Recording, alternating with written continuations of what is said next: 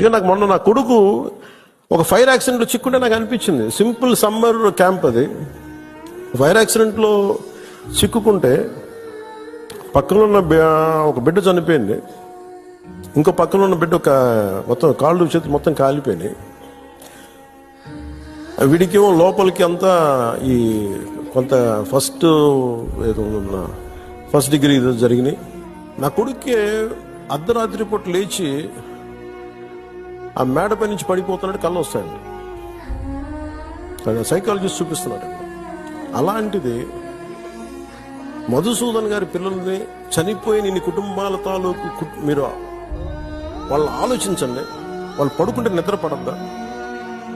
తుపాకులు వస్తాయి, తుపాకి చప్పులు వినిపిస్తాయి, భర్త హాహాకారాలు వినిపిస్తాయి, తండ్రి ప్రాణాలు కోల్పోవడం వినిపిస్తాయి. ఎంత ఘాతుకం ఉంది. ఒకటి చనిపోవడం, ప్రాణాలు కోల్పోవడం ఒకటైతే మానసికంగా దాన్ని తేరుకొని బయటికి రావడం చాలా చాలా కష్టం.